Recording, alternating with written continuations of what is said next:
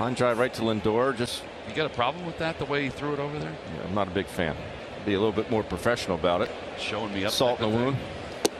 Okay, so we have Phillies versus Mets. We have a runner on first base. He is stealing. We have a line drive here to Francisco Lindor, who catches the ball, throws the first for the double play.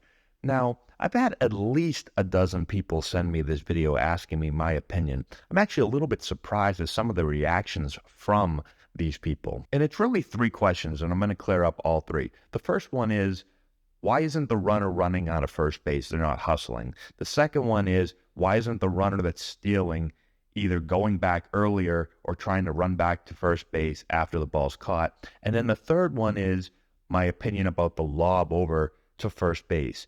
You hear the announcer say that it's unprofessional, he's showing up the runner, pouring salt in his wounds, and that he just overall doesn't like it. So let's hit on all three of those points real quick. So the first one is, we tell our runners that we always want to run hard through the bag. Now, there's a couple of exceptions, and that exception is when you line out and you haven't even left the box, you don't have to run hard all the way through the first base bag. And if we slow it down right here, here's the swing.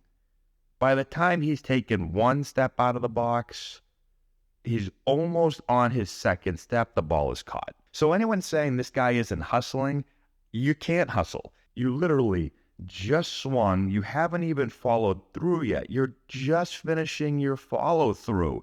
You haven't even dropped the bat yet. Now the bat just left your hands and it's going to get caught before the second foot even gets down. Okay, so you're out. So you don't have to sprint. Now let's go to the runner on first base.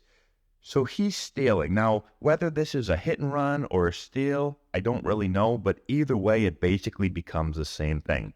Right here, you can see he's about halfway between first and second base. And what you're taught as a base runner is, if it is a hit and run, or if you're stealing and you peek in and the ball is hit on the ground or a low line drive, you're going to continue to run. Because if it's a ground ball, you've got to try to beat the ball to second base. If it's a line drive to the infield and it's caught, you're doubled off anyway. So you're not going to stop and go back because you're never going to get back anyway. So you just continue to run.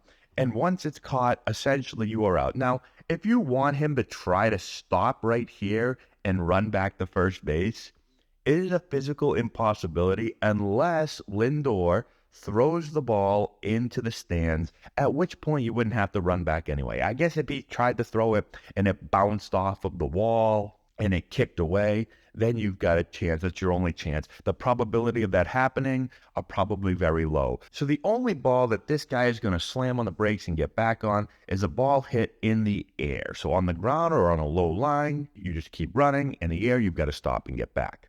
Now, as far as Lindor catching the ball and just lobbing it back, here's the thing. The only way that this can get screwed up is if he takes this ball and he throws it either in the stands or he throws it extremely wild where it bounces and kicks down the line or something like that. Then maybe the runner can get back.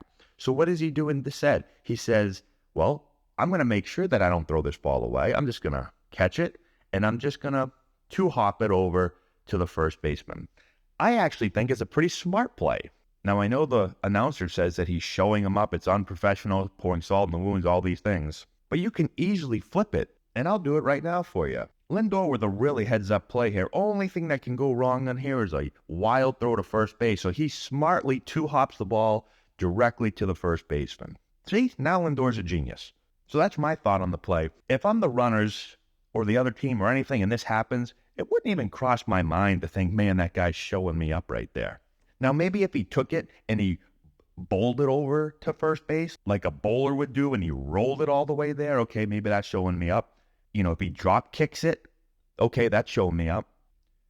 But just catching the ball and just throwing a two-hopper, 1-2 catch, to me, that's not showing him up. And I've seen outfielders do this a lot. When they run in and they double up a guy, they'll take it. Now, they're throwing it from a little further away, but they don't take it and fire the thing into first base or second base or whatever base it is to double the guy up. A lot of times they'll just take it, they'll flip it in, it'll bounce twice just to make sure, just in case they overthrow it, they take the overthrow out of the equation and they double the guy up. So that's my thought. Hopefully that clarifies some stuff for you. That's all I got. Thanks for watching. Subscribe to the channel, hit the notification bell, give it a thumbs up, all that good stuff. We'll talk to you later.